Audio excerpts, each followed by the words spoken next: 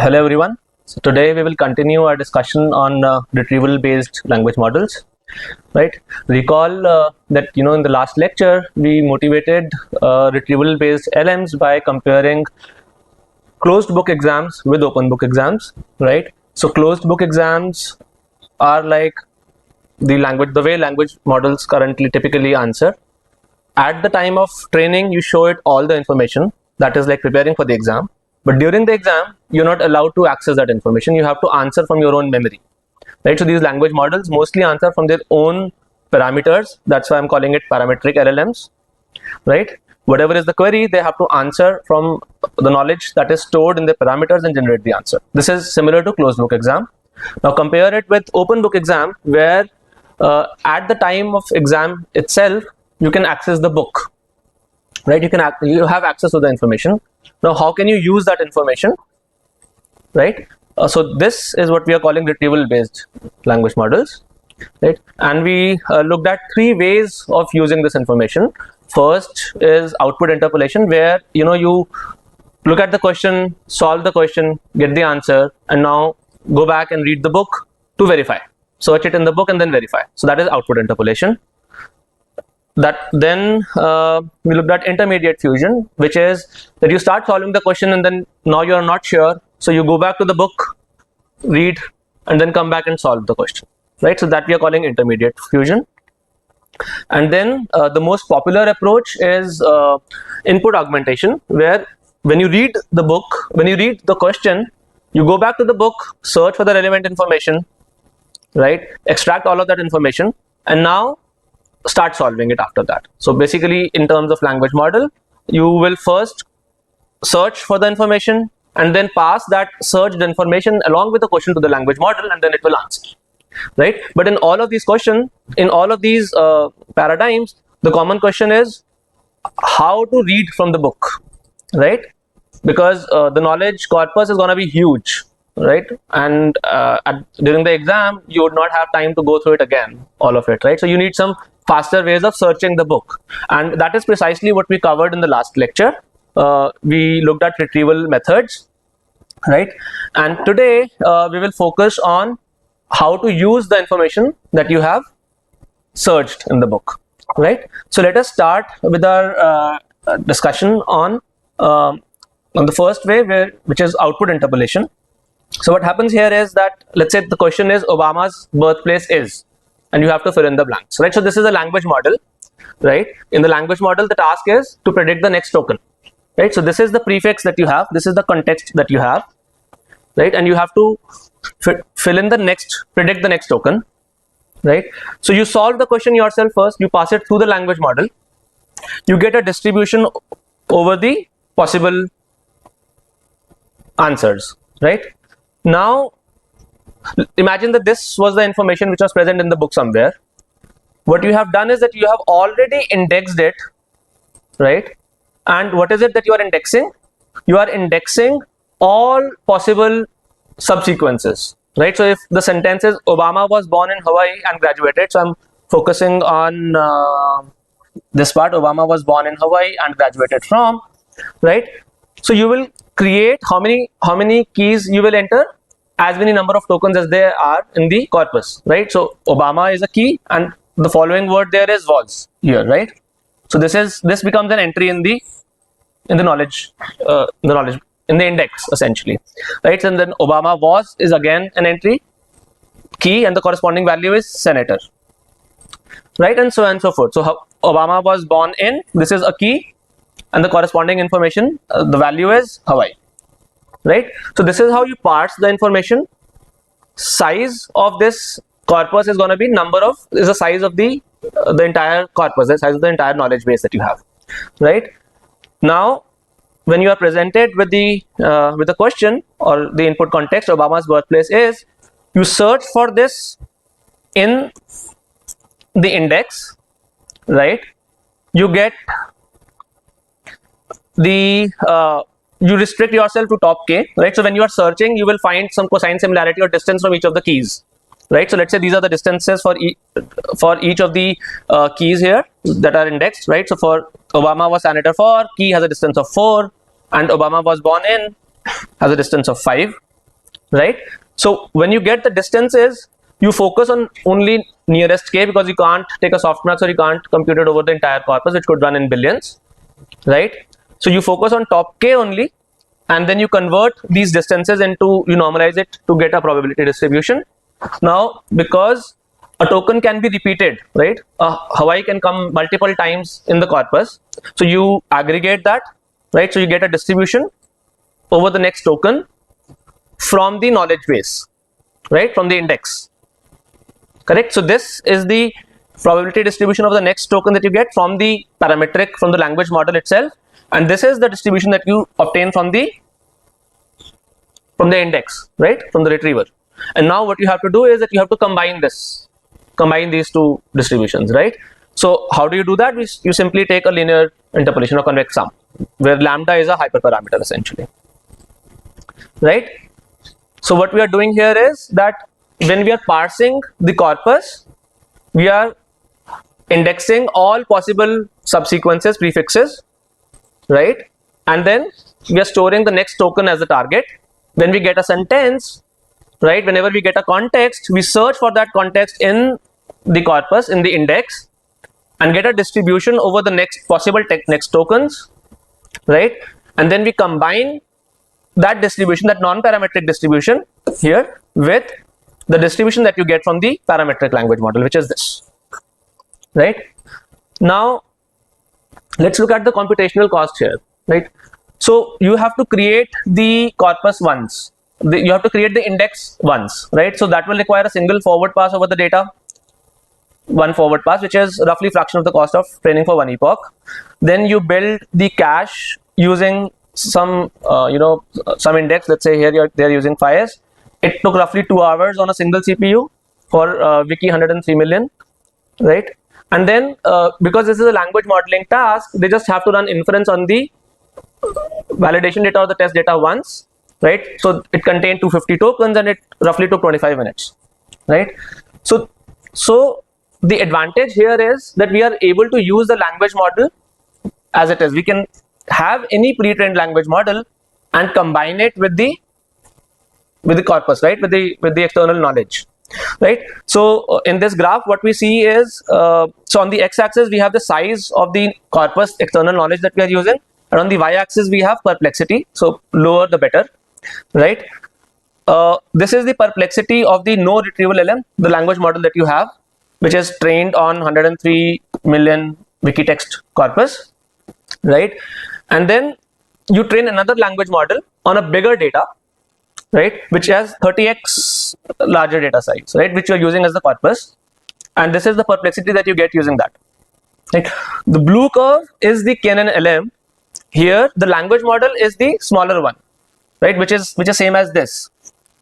So you're starting from this 21 perplexity, and now you are using external knowledge, right? When you are predicting the next token, you go back to the index, look for the most closest context, right, top k context which are similar to the input context, and get a distribution of the next tokens, and you combine that, right?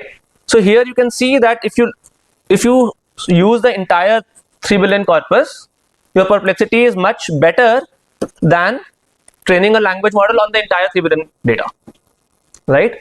And even with a smaller corpus of less than 1 billion, you are able to surpass the performance of the language model trained or pre-trained on a much bigger corpus of 3 billion data, right?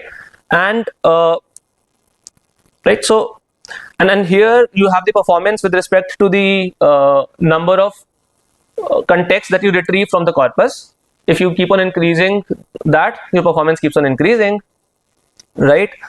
And this is very interesting. Here they are saying that such a language model can work out of the box in out of domain datasets as well, right? So I train my language model on Wiki 103 million dataset, right?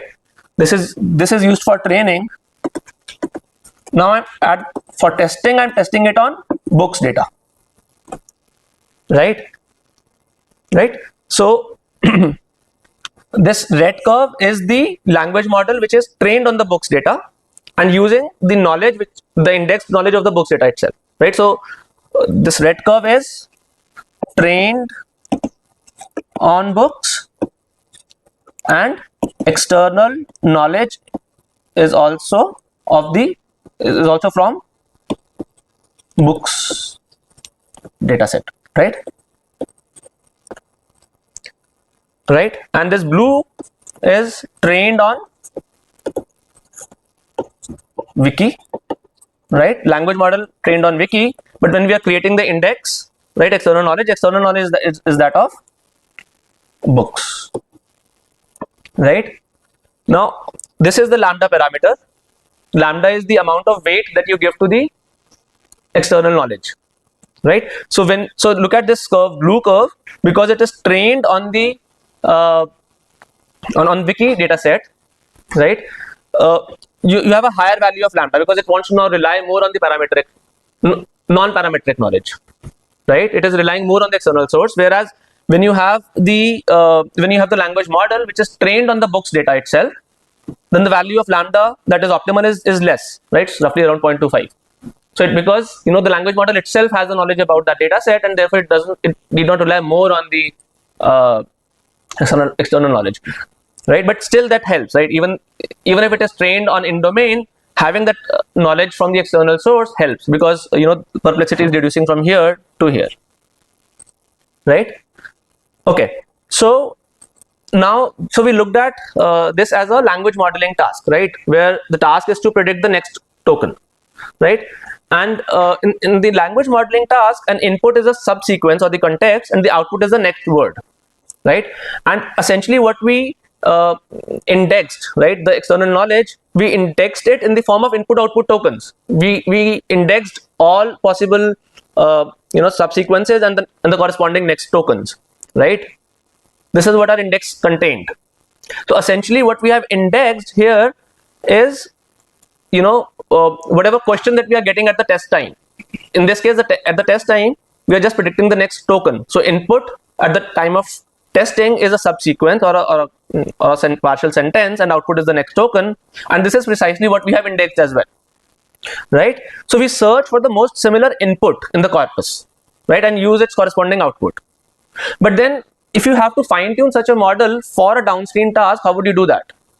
Right? Because then this will require indexing all the possible questions, maybe whatever the question is, right? Let's say you are training it for open domain question answers, right? Now in that case, index should contain the questions, right? So which becomes infeasible, right? So this is one of the drawbacks, and that's why this paper also, Knn-lm, they do not experiment on any downstream task. They just propose it as a language model and only compute perplexity over the data sets, right? And it is not clear how would you organize the unstructured text into input output pairs for the desired task, right? If the unstructured text is like Wikipedia pages, right, then how do you organize it as questions and answers, right? Okay, so there are two drawbacks here, right? One is that we are querying the retriever for predicting every token. Too frequent calls to the retriever. Second is that it's not clear how to use it for the downstream tasks, right? So with that motivation, let's look at the next architecture, right, intermediate fusion, where we'll essentially try to solve the question ourselves. The language model will try solving the question itself, right? And then if it is unclear, then it will go back to the retriever and index multiple chunks, right? So let's look at the first work, which is retrieval enhanced transformers. The idea here is that instead of creating a key for every token, right, that is what we had earlier, for every token, senator, for example here, right, we created a key, Obama was. What we do is that so what are the issues with creating your retrieval in this way? There are two issues that we discussed. It restricts the size of the corpus that can be indexed, right, because size of the corpus will be equal to number of tokens here, right? And when you do a k neighbor search, nearest neighbor search, it returns only k tokens, distribution over only k tokens. There are the values, right? So what we do here is that we, instead of indexing and retrieving only a single token, we try to retrieve the entire continuation, right? So let's say this is the key that we are indexing, instead of just retrieving the next token, why don't we retrieve the continuation itself, right? So for example, let's say we index Obama was born in Hawaii, and this is the key that we are indexing, and when we are retrieving its continuation as well, graduated from Columbia University, right, along with whatever key is. So the retriever will now return the corresponding key concatenated with its continuation in the knowledge, right? So now we are retrieving chunks, and the size of the index will also reduce drastically, right? If we are indexing a key which is, let's say, 100 tokens, then the size of the index will reduce by 100, by a factor of 100, right? Okay, now the question is, how do we use the k retrieved chunks? Whatever we have retrieved, how do we use that, right? So what they do is that they first split the input into smaller chunks, right? Again, this is also a language modeling task. We'll start with the language modeling task only, right? Let's say the input was this X World Cup 2022 was the last with 32 teams before the increase to 48 in 2026, right? Now this input has been split into 3 parts, X1, X2 and X3, right? And at the end of each input chunk, what we do is that we retrieve k chunks which are similar to the first chunk, right? So we have a decoder only language model. When we reach here when we are processing this token to get a distribution over the next token, right? We have already decoded till here, then, right?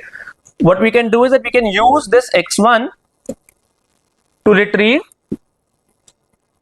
information from the index, right? And we retrieve k chunks simultaneously, right? And notice that the retrieved values will contain the continuations as well, right? So now how will we retrieve, right? So X1, X2 and X3 are the 3 retrieval queries that we have, right? It will go to a retrieval encoder, we will get the encodings, we will go to the index, and we retrieve k chunks for each of the text split, right? We are doing it in parallel at the time of training because we know, right? We know the entire sequence. Otherwise, at the time of testing, it will have to be done as we decode, right? At the time of training, we can fetch this parallelly, right? So these are the k chunks that we get, and now we encode each of these chunks, and let's say we get the E1, E2 and E3 are the encodings of the retrieved output for corresponding to X1, X2 and X3, right? So E1 will have encoding of, let's say there are k chunks that we are retrieving, right? Each chunk is of size r, right? And each token has an embedding which is d-dimensional, right? So each of this A1 is a tensor of dimension k cross r cross d, right? It's k cross r cross d. What is k? Number of chunks that you are encoding, that you are retrieving. R is the number of tokens in each chunk, which is fixed, and d is the dimension of the embedding, right? Now you have these 3 tensors for each of the 3 splits, and now how would you use that information, right? You have the information encoded in the form of tensors. Now you have to use it in the transformer, right? So for that, what they do is that they change the regular transformer block and insert a cross attention layer in between, right? So once you get the once you have self attention, this is the self attention block, right? You have the self attended embeddings here of the input, I'm calling it H here, right? And now what you do is that you attend over E1, E2 and E3 as well, right? So for which tokens will you attend on E1? X1. Okay, now imagine at the time of inference, when will you be able to retrieve E1? After decoding X1, right? So you cannot attend on it to get the embedding of the tokens in X1, right? So at the end of X1 itself, whatever is the last token, when you are computing its embedding, then you can still use it, because by that time you already know the entire x1, right? So for the last token of x1, when you start, you know, computing its key value pairs and everything, you already have that as an input, right? So you can, right, so you can use these embeddings even to compute the embedding for the last token of x1 and the remaining x2 block till you reach the last token of x2, because when you reach the last token of x2, then you can start attending on e2, right? Yeah, so this is what it is, and this is the diagram from the paper. Once you have the input tokens here, right, you are going to the retriever, and right, so retriever is frozen. Retriever is frozen, you get the corresponding neighbors. These are the k neighbors that you are getting for each of these splits, x1, x2 and x3, and these are the two embeddings that you are getting, e1 and e2, that we discussed earlier, right? What is the size of e1? It is k cross r cross d.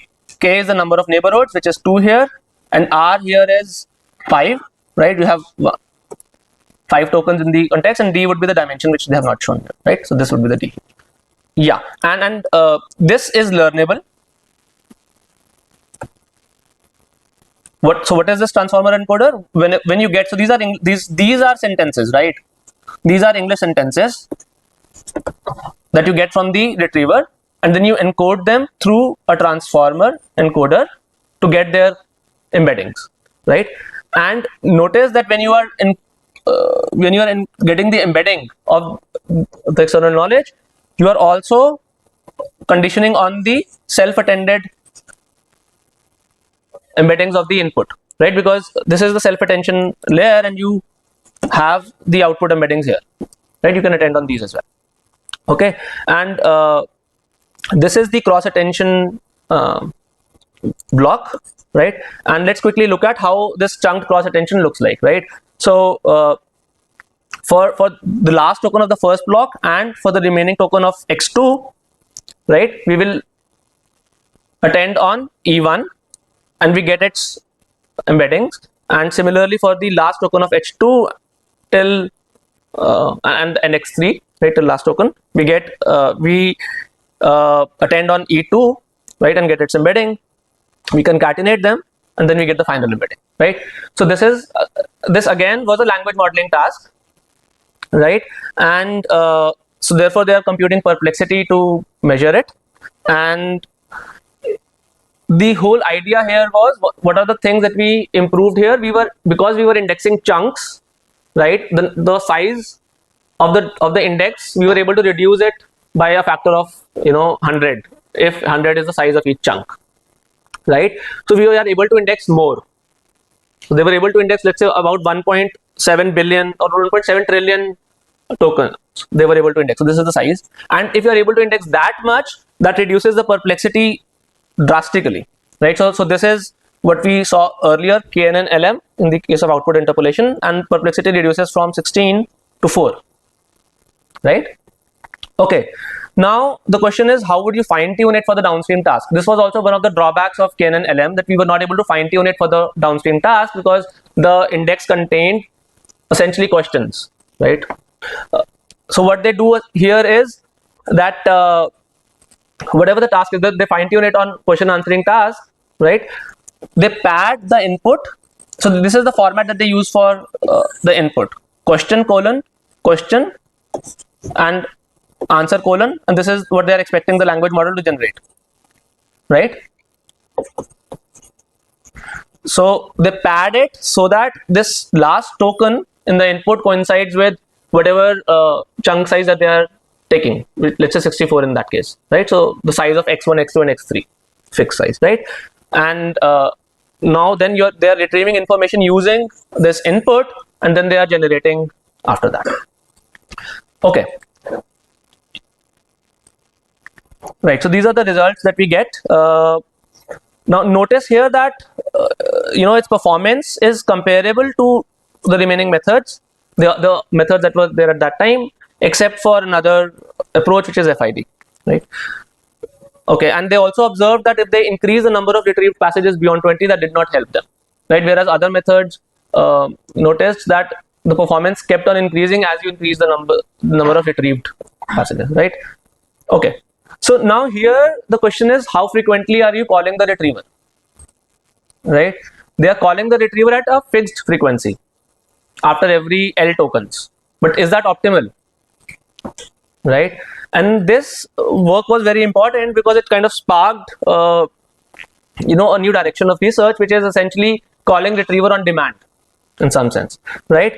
So retro triggers retriever after every L tokens, and let's see whether we can trigger it on demand or not, right? So there's a work called toolformer, which generates a special token that triggers retrieval, right? So you will study that. Dinesh will cover this.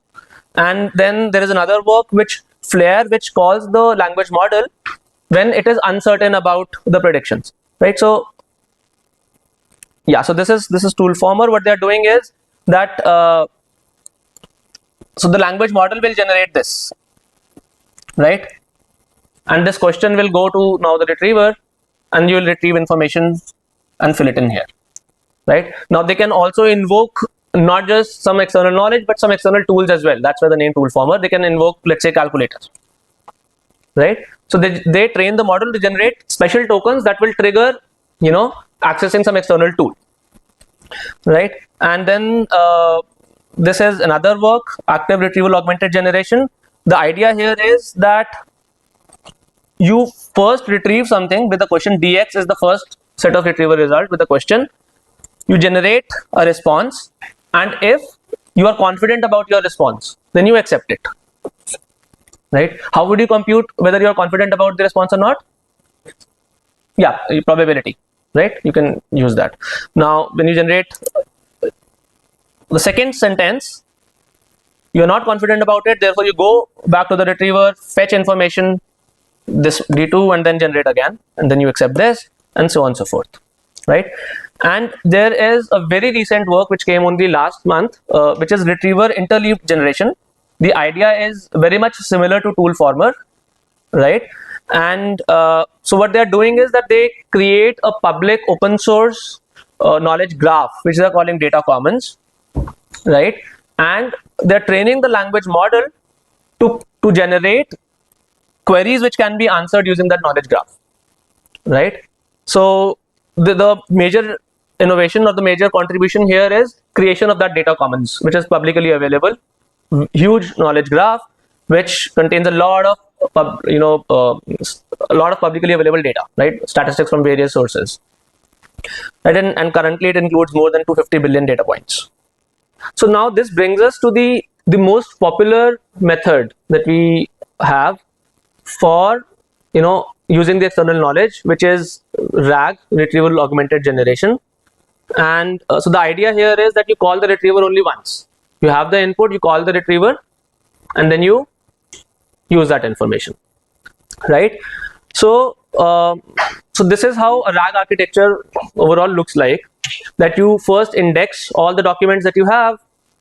Then when a query comes, you query the index, you get some passages, top k passages, and this component is the retriever. Then you concatenate those passages with the query and pass it to the language model to get the system response. So this is the generator or the reader, right?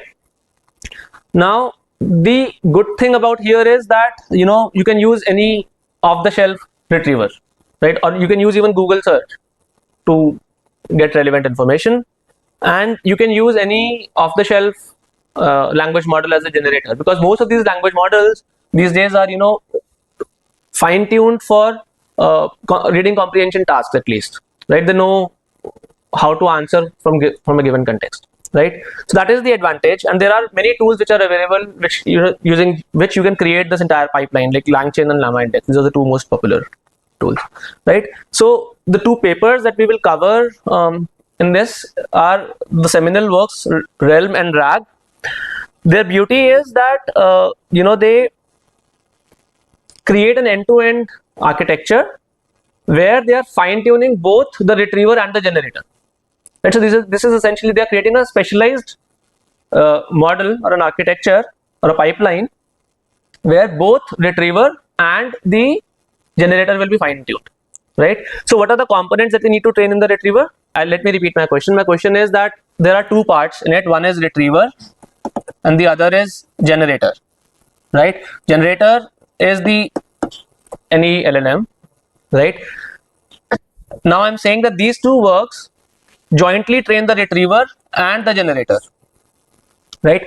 The task of retriever is that you give a query, right, and it can rank all the documents based on some similarity or distance metric, right? Now my question is, what are the trainable components in the retriever? So the trainable component in the retriever are query encoder and the document encoder, right? Because you have the query, you pass it through an encoder to get its embedding of the query, right? You have a document encoder, you pass all the documents through it and create an index, right? Vector index, and then you search by computing the similarity between this embedding of the query and the embedding of the documents here, right? And that's what we looked at in the last lecture as well, right? So the two trainable components are query encoder and document encoder, and here it is the language model that we are training, right? So the three components that we need to train in the end-to-end architecture. Okay, so let us see how does this work. ReLM focuses on masked language models, right, like BERT. Okay, so the way it works is that this is the input that will go and it will have a mask, and the task is to predict the mask tokens, right? This is the pre-training of the language model, of the masked language model. And the way they modify the pre-training is that whatever the query is, they will pass it through the retriever and get the k chunks, right? They will append these k chunks here one by one. First they will append chunk 1, pass it through the language model, right, and get a distribution. They can append chunk 2, pass it through the language model and get another distribution. That is one way of doing it. The other way would be that you concatenate all the chunks together and then pass it once, right? Now let's see what they do, right? So at the time of pre-training, what they do is that they process each chunk separately, right? So this is the first chunk, they pass it through the language model, you will get an embedding over every token, right? You have the probability distribution, and now how would you combine this distribution to get the output, one single output distribution? How will you do that, guys? The answer is on the screen, right? So it's basically you marginalize. What this language model will give you, the probability distribution over all the tokens conditioned on query X as well as the retrieved chunk Z1, right?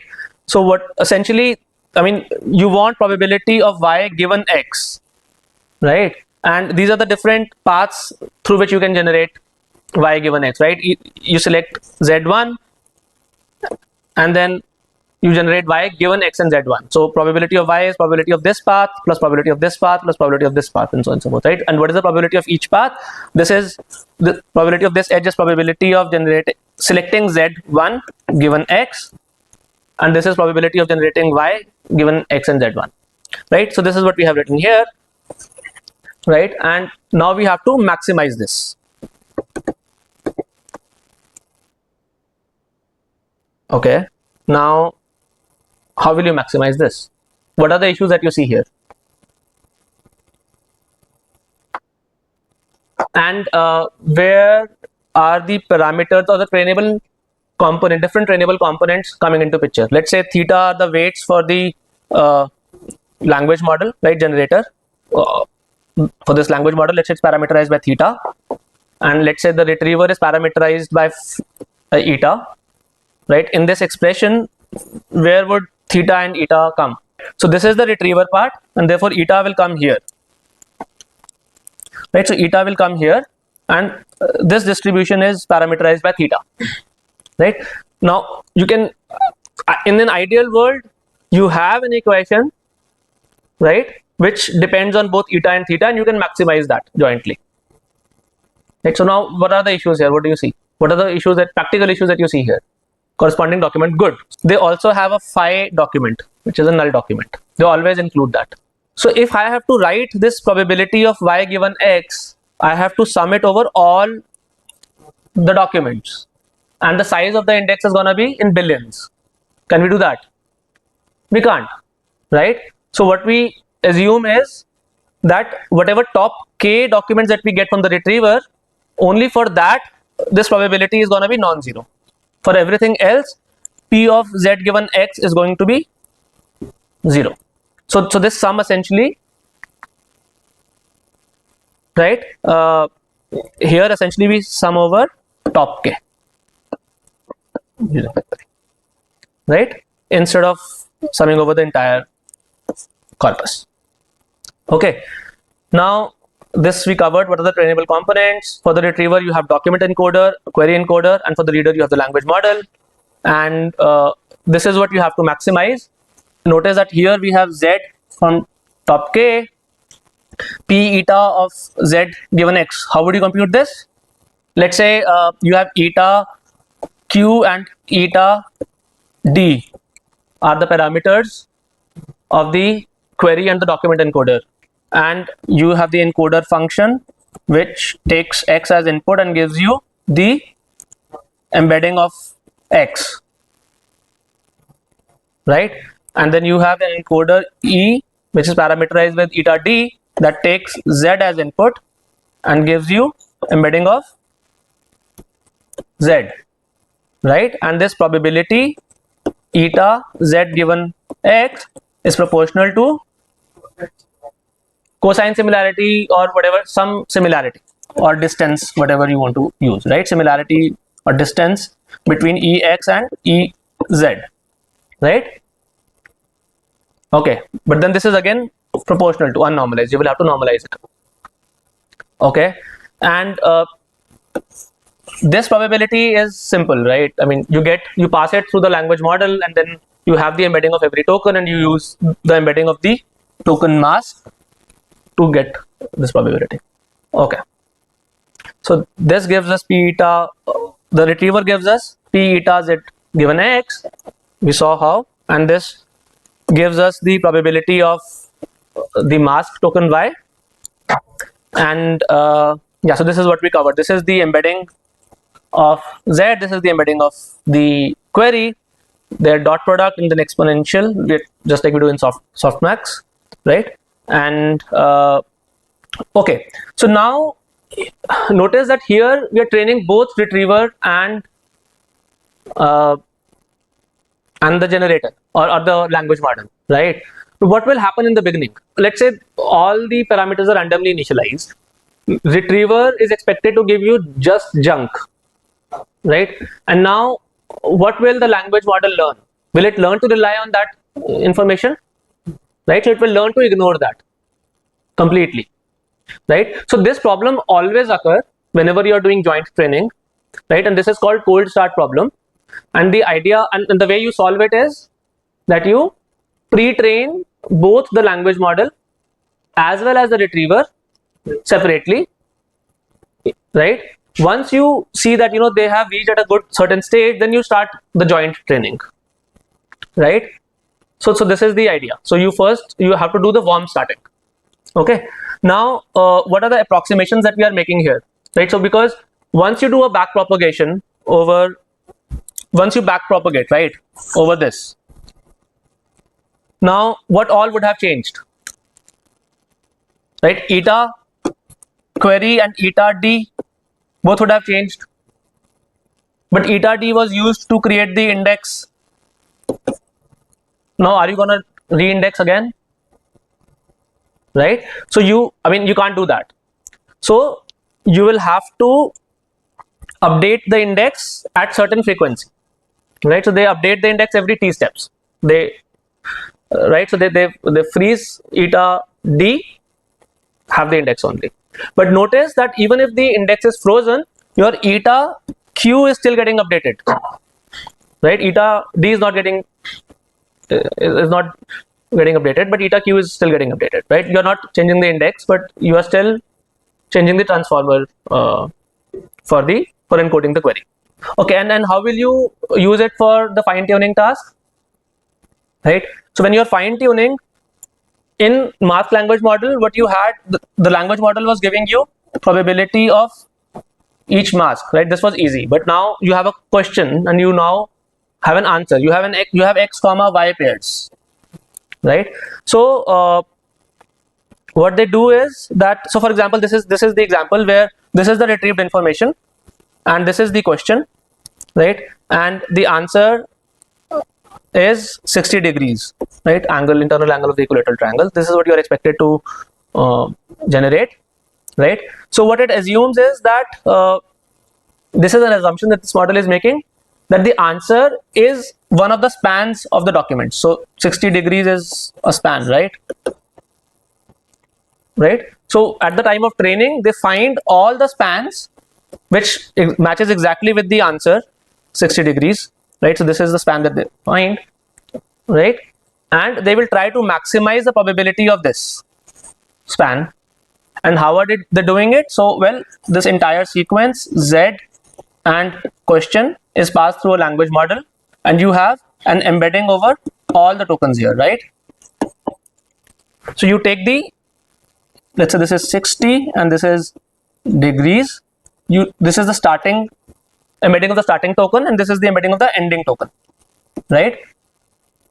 To find the probability of this 60 degrees as an answer, what they do is that they concatenate these two, S and E, and pass it through a simple MLP to give you the score, right? So this is how they are fine tuning for the downstream task. A span here is a contiguous chunks of question tokens. For example, here the will be a span, the internal will be a span, the internal angle will be a span. Now let's say we restrict that answers are going to be only 3 tokens, otherwise it's going to be n square, right?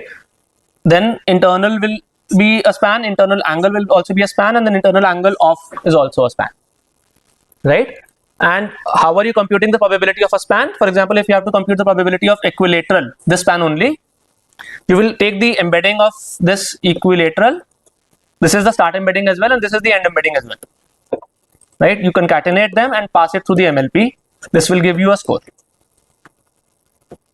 right? This will be the, and then you normalize to get the probability. Right, so this is how they are fine tuning it for the downstream task.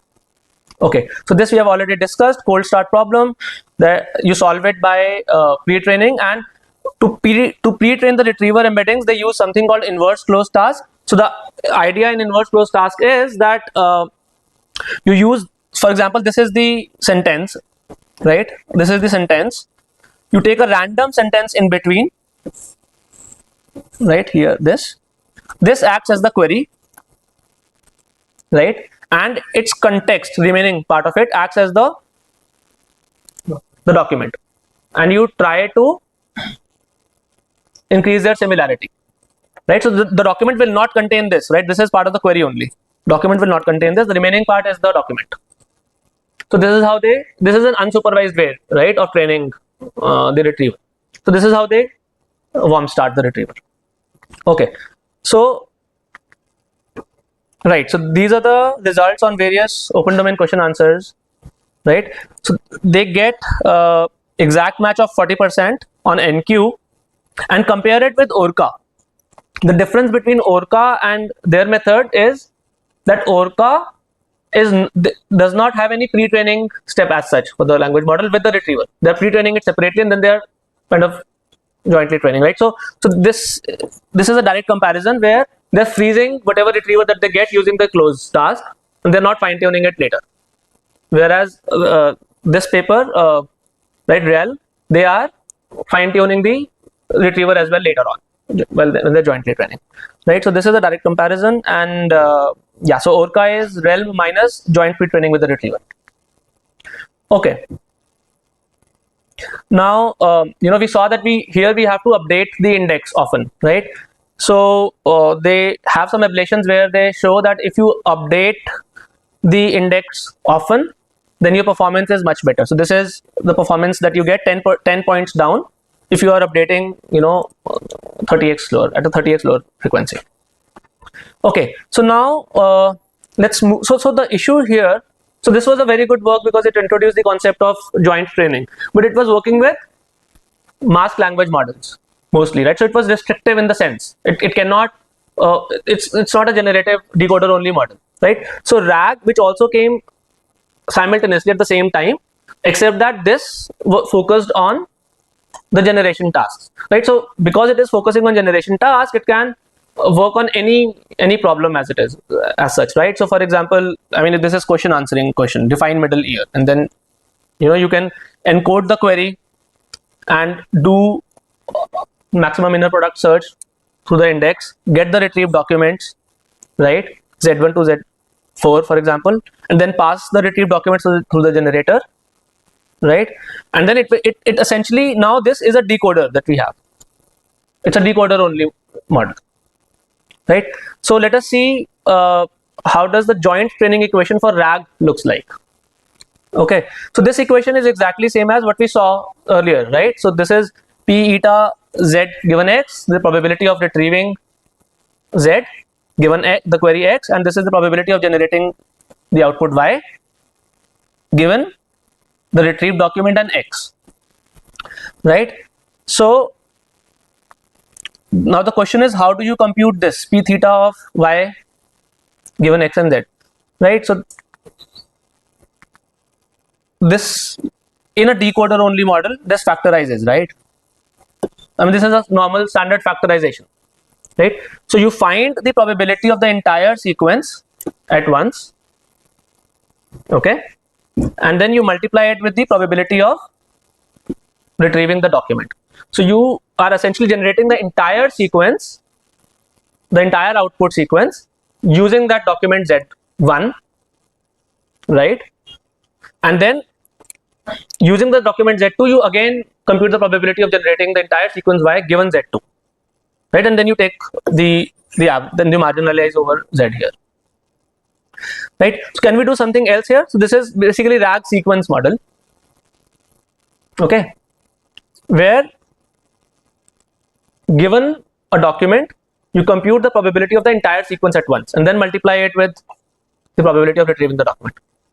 Now, can you generate each token? So let's say the way I want to do it is that when I'm generating token Y1, right, at that time itself, when I'm computing the probability distribution over all the tokens for Y1, I somehow use, I somehow combine P theta of Y given X Z1 and Y, yes, let's say this is YT, so I'll have to combine Y1 to YT minus 1. Let's say I'm talking about Tth token here, okay, and then I get P theta YT given X Z2 and Y1 to T minus 1, right? Now can I combine these two distributions? These are distributions over the entire vocabulary space and generate only single token, right? Instead of computing the probability separately, I am essentially combining the distributions at each token level, right?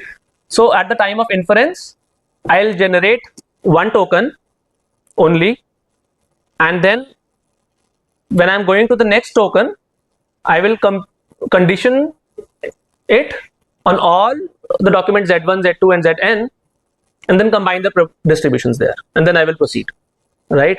Whereas if you are using this model at the time of inference, what you will do, you will first pass Z1 and X through the language model, you will get some response, let's say the entire sequence Y1, you pass Z2 and X through the language model, you get Y2 entire sequence, and so on and so forth, and then you will have to somehow pick the best out of these, right? Whereas here, right, we are using all the documents for generating each token, right? So this is the second model that they have, right? So this RAG sequence model is generating the entire sequence Y given a retrieved document, and we marginalize over all the retrieved documents after that, right? And now the other formulation will generate one token given all the documents and then proceed to the next token, right? And how are they doing it?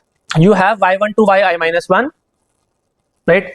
This gives you the distribution over the entire vocabulary of yi, and then you marginalize it here itself by multiplying it with the probability of the getting the document given x, right? So these are distribution over entire vocabulary space, right? And how many of these we have? We have k of these, and then we take a weighted average of these k. What are the weights? The retrieval probabilities are the weights, right? And this will give me, this entire sum is the probability of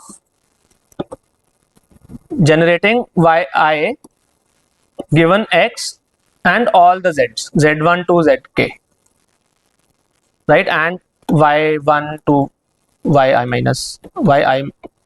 minus 1, right? This is what it is. And you just need to now take a product here, right? This product will give you the distribution of the entire sequence, and then you can maximize this. Okay, so yeah, so this is the RAG token model, and yes, so compare it with REL. They are doing it on the same task, right? And they get 44% exact match on RAG sequences, right? So so with this we cover, you know, various architectures for that use the retrieved information, right? We started with Knn language models, which was doing output interpolation, generating only one token at a time. It could not be fine-tuned, right? And we are invoking the retriever for generating every token, and the output of the retriever was also a single token. These are the drawbacks of that. And then we looked at retro, which is a very promising approach where we are calling the retriever on demand.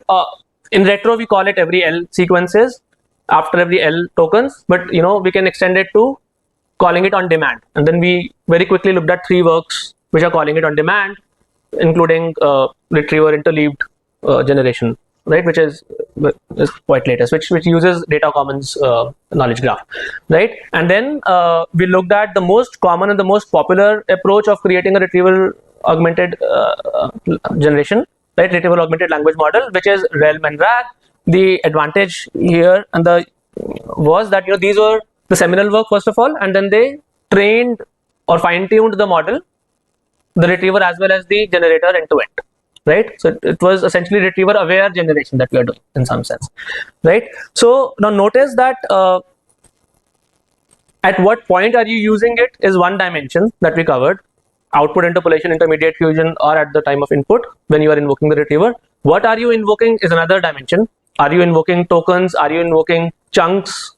Or are you invoking multiple passages at the same time, right? And then there are different ways of training the different components, right? So let's very quickly look at this. In the independent training, we train the language model and we train the retriever model separately, right? This is actually what happens these days when you are using out of the box retriever, when you are using out of the box language model and applying it for your own data set and for your specific task, right? You're using it for your own company documents, so the data set which is used for training the retriever is different, but it has learned to map questions to passages in some sense, right?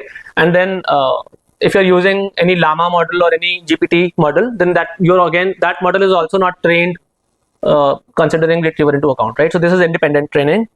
Then here we see that the performance will improve with the if you improve each component separately, you can improve the performance of the overall system, right? So if you have better retriever, your performance will go up. If you have a better generator, then your performance will go up, right? So the advantage is that it works with off-the-shelf models and each part can be improved independently, but then the language model is not trained to leverage the retrieval results. That's a drawback, and maybe we can improve that, right? And then there is sequential training, which is like retro, where we did not train anything in the retriever. It was frozen, but we were training the language model, right? So this is retro, where this retriever is frozen and we are fine-tuning only the language model. and then we can do the other way around as well. We freeze the language model and then we fine tune the retrieval, right? Right, and here also the issue is that one component is still fixed and it is not trained, right? And we can then jointly train the retriever in the language model, as we saw in RAG and REN, right? But then the issue is that, you know, training becomes very complicated. There's a cold start problem, and then there is a train test discrepancy as well, right? Now, have we solved all the issues or all the drawbacks that, you know, we use to motivate this retrieval augmented generation or retrieval aware language models, right? So let's look at that. So one issue that people see was that, so this is an experiment where they're seeing that if the context of the language of the generator increases a lot, right, the model focuses either on the starting tokens or on the last tokens. The tokens which are in the middle position, model is not attending to that.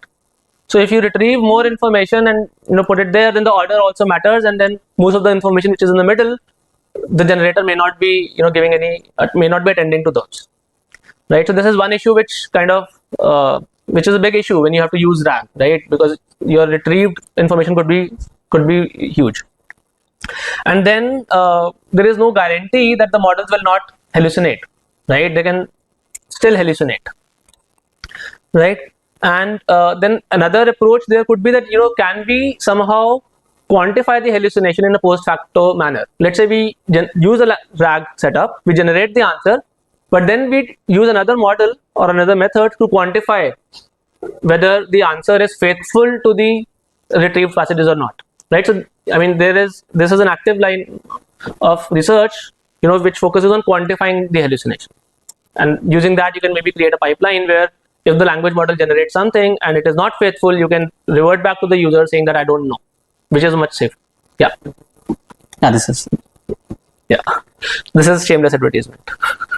Okay, and then even in these systems there could be retriever failures. You may not be able to retrieve the correct information, and even if you retrieve the correct information, then there could be reasoning failures as well, right? So I mean, I'm showing the example of both.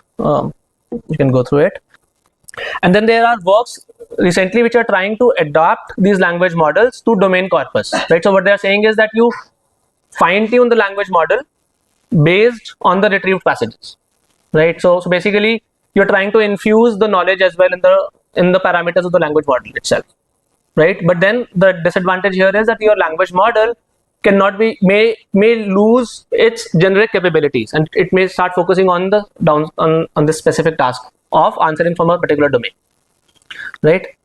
Okay, so yeah, so that's pretty much it for the talk today, and these are some important resources. So this RAG pipeline and RAG approach is quite popular in the industry, and these are the certain resources which are, you know, available publicly, and, you know, they are kind of very professional resources which you can use, right?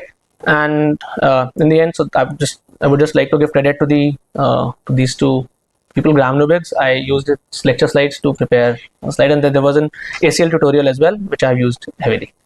Thank you.